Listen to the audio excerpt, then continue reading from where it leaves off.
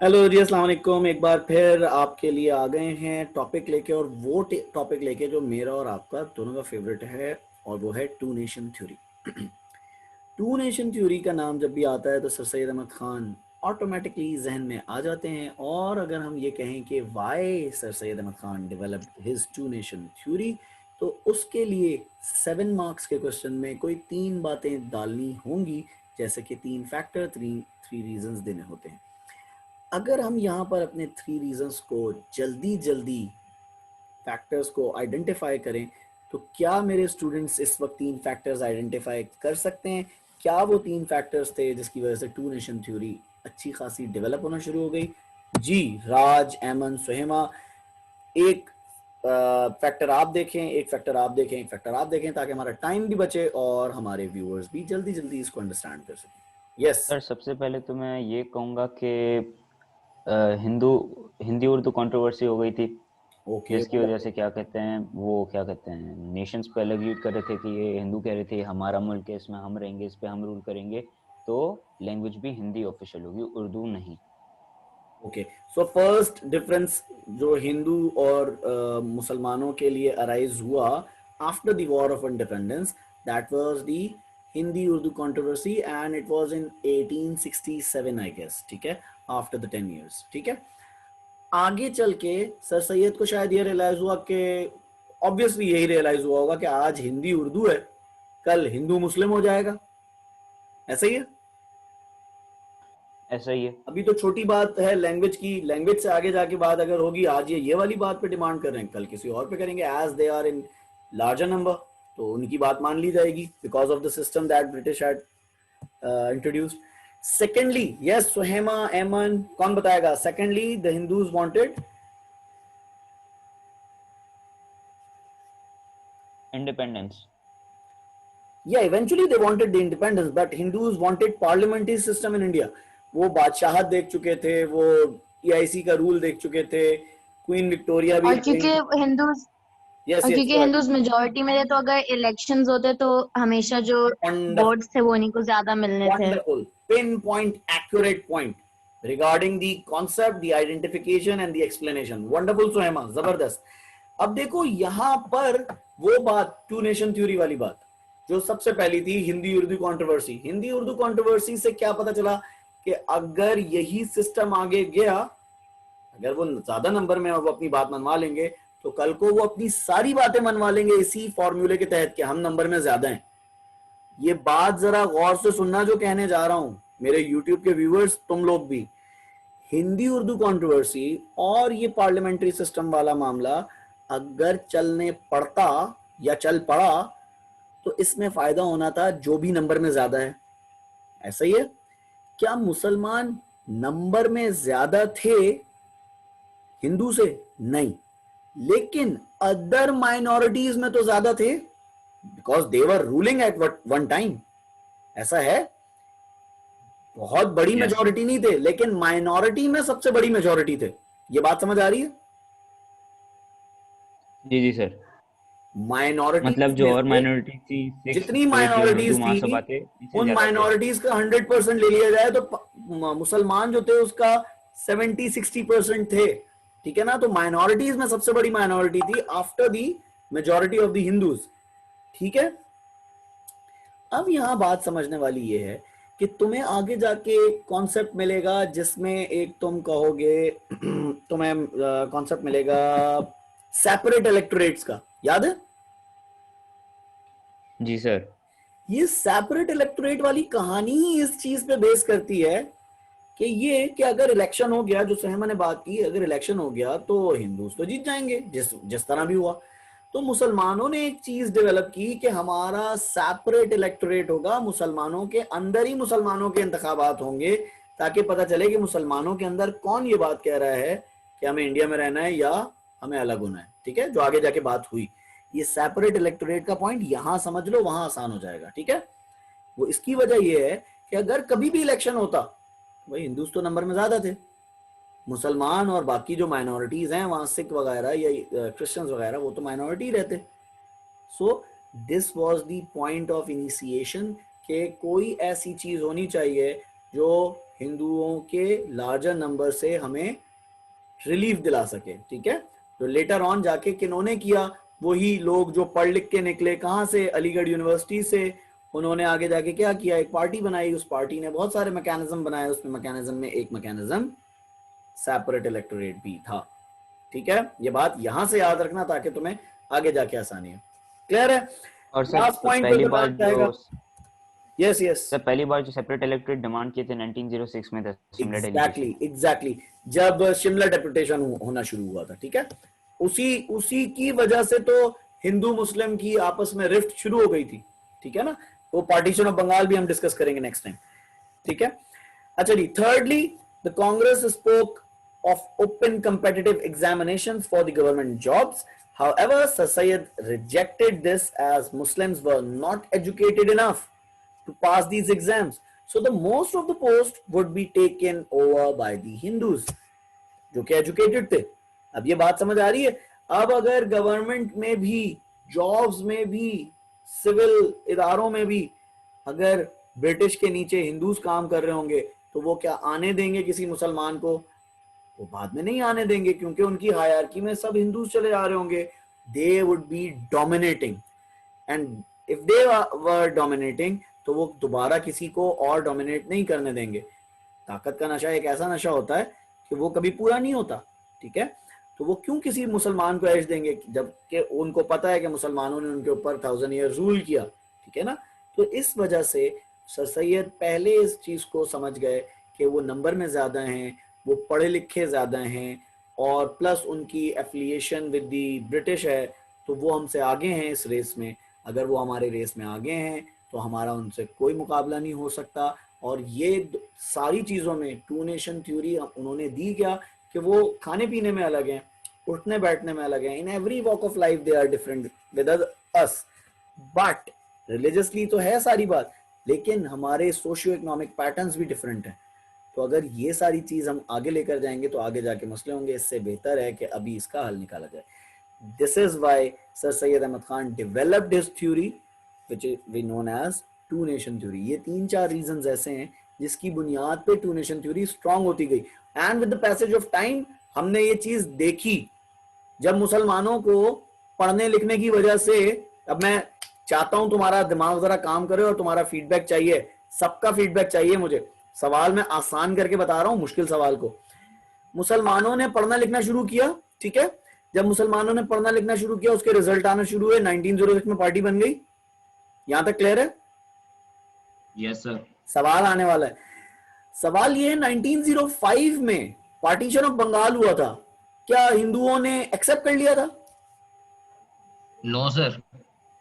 क्या ये सर सैयद वाली बात पूरी हो रही? क्या यहाँ सर सैयद वाली बात पूरी नहीं हो रही?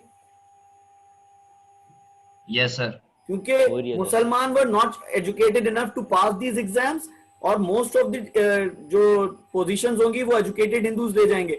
तो एजुकेटेड हिंदूज ताजिर भी थे, ठीक है, जो बिजनेस करते थे, ट्रेड करते थे, उन लोगों ने भी रिवॉल्ट किया इस 1905 के पार्टीशन का, कि सारा प्रॉफिट तो हमें मिलता था, अब 50% हम मुसलमानों को क्यों शेयर कर दें ये ईस्ट और वेस्ट के नाम पे। ऐसा ही हुआ था ना। सो देखो उसकी एग्जाम्पल सामने आ गई, ठीक है।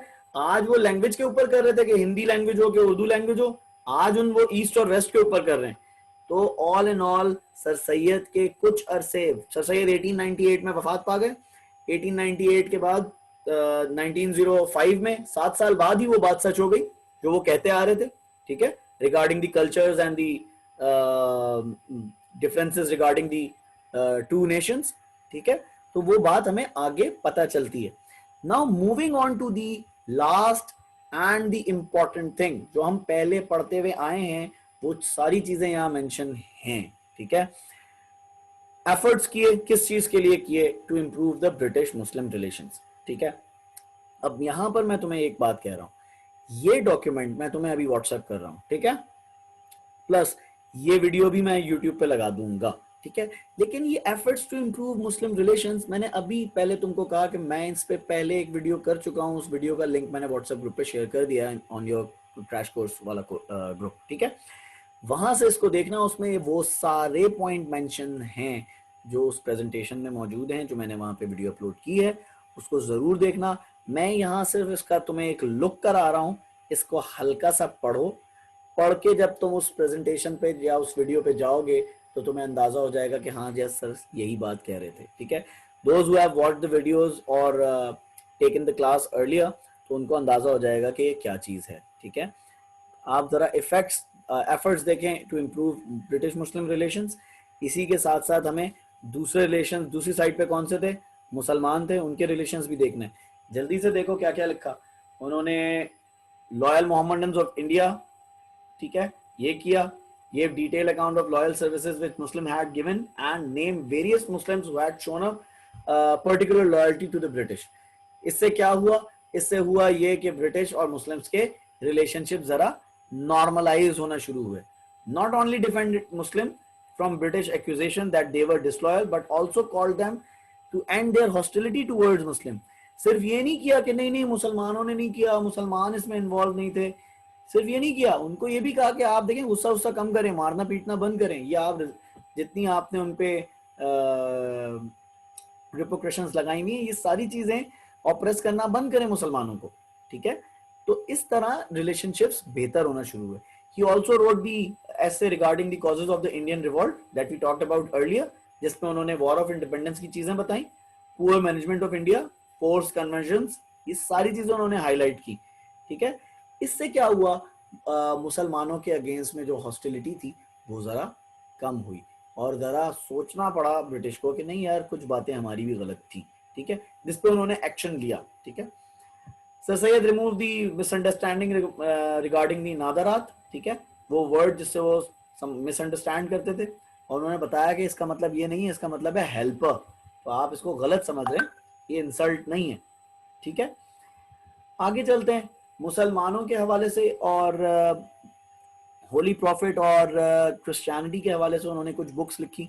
Road rebuttal on the English book on the holy prophet life, corrected errors regarding the concerning the life of the Holy Prophet and Islam, tried to convince British that their Islamic knowledge was limited and needed to improve upon it to remove misconceptions.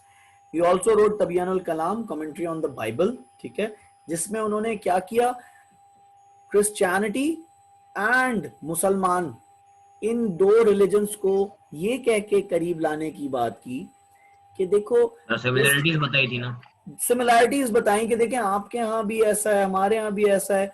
और ये क्यों किया, ताकि मुसलमान हिंदुओं से नहीं British से ज्यादा करीब हो जाएं, ताकि जो रेस की बात मैं कर रहा हूं उस रेस में जरा गैप कम हो सके, सही है ना, ये गैप कम हो सके। क्योंकि मुसलमान और क्रिश्चियंस में ईमान के हवाले से जो बात है वो डिफरेंस हजरत ईसा के बाद से है ना, उससे पहले तक तो सब सिमिलर है, ठीक है ना, 80-90% तो सब सेम है। जहां पे बात आती है हजरत ईसा की और हजरत ईसा के बाद की, वहां डिफरेंसेस हैं और वो बहुत बड़े डिफरेंसेस हैं, ठीक है ना। तो वहां से तक तो रिलेशनशिप उनका बताया कि यार देखो आप जिस चीज को मानते हो वो भी उन्हीं को मानते हैं, तो कम से कम हम थोड़े रास्ते तो सेम है ना, आखिर में जाके हमारी चीजें वास्टली डिफरेंट हैं, ठीक है। तो उस चीज को हाईलाइट किया उन्होंने कि this was incomplete but shows his commitment to in improving the Muslims British relationship. उन्होंने दोनों के दीन का भी हवाला दिया। आगे चलते हैं। Establish British Indian association, a platform where the members of both communities could interact with each other, discuss various issues, help to improve the level of understanding and cooperation between the two communities and the people, ठीक है। ये क्यों किया, क्योंकि उनको पता था कि बहुत सारे लोग ऐसे हैं जो पढ़े लिखे हैं, वो बात कर सकते हैं, वो अपने इश्यूज प्रेजेंट कर सकते हैं, मुसलमानों के डिफरेंट इश्यूज हो सकते हैं, किसी के जॉब के हो सकते हैं, किसी के बिजनेस के हो सकते हैं, but most of the people at that time they were not speaking English. So सबसे बड़ा तो मसला इंग्लिश स्पीकिंग का था। तो कुछ थे जो पढ़ते थे, जिनकी अच्छी बैकग्राउंड थी, पढ़े लिखे लोग थे, अमीर थे, तो वो फिर इस चीज को रिप्रेजेंट कर सकते थे। रोट पैम्फलेट अहकाम अमीत और फूड लॉज जिसमें थे, ठीक है, अहले किताब वाले, ठीक है, और food laws of the people of the book told Muslim that they were allowed in Islam to dine in with the Christians, urged upon them that they were closer to the British than the Hindus, who were reluctant to eat with Muslims. मुसलमानों के हवाले से ये बात कही कि आप Christians के साथ तो बैठ के खा सकते हैं, आप हिंदू के साथ हाँ थोड़ा सा आपको मसला हो सकता है क्योंकि वो आपके साथ नहीं बैठ के खाना चाह सकते. ठीक है, तो ये चीजें कुछ हाईलाइट की. क्यों? ताकि मुसलमानों और ब्रिटिश के रिलेशनशिप जरा बेहतर हो सके. ठीक है, जो कि उस वक्त नहीं थे. ठीक है, फिर efforts to make Muslims acquire western education. इन सारी बातों में हम पहले वो बात कर चुके हैं. ठीक है, उन्होंने जर्नल्स लिखे. ठीक है, और उनको कुछ उलमाज ने इस बारे में अटैक भी किया कि नहीं भाई आप तो उनकी बात कर रहे हैं, उनकी एजुकेशन की बात कर रहे हैं, इससे हमारी एजुकेशन पे फर्क पड़ेगा. ठीक है, और सर सैयद साइंटिफिक एजुकेशन के हवाले से ज्यादा बात कर रहे थे. ठीक है, और इसके लिए उन्होंने जो ट्रांसलेटेड साइंटिफिक राइटिंग्स थी फ्रॉम इंग्लिश, पर्शियन और अरबिक इनटू उर्दू की, देखो उन्होंने अपनी नेटिव लैंग्वेज में किया. क्यों किया? ताकि मुसलमान पढ़ लें. अगर ऐसा होता तो वो इंग्लिश, अगर वो प्रो ब्रिटिश होते तो वो कहते कि भाई जब तुम इंग्लिश आ जाएगी ना तब जाके तुम इंग्लिश में साइंटिफिक चीजें पढ़ लेना. लेकिन उन्होंने ऐसा नहीं किया. इसका मतलब वो प्रो ब्रिटिश नहीं थे, वो प्रो मुस्लिम्स थे.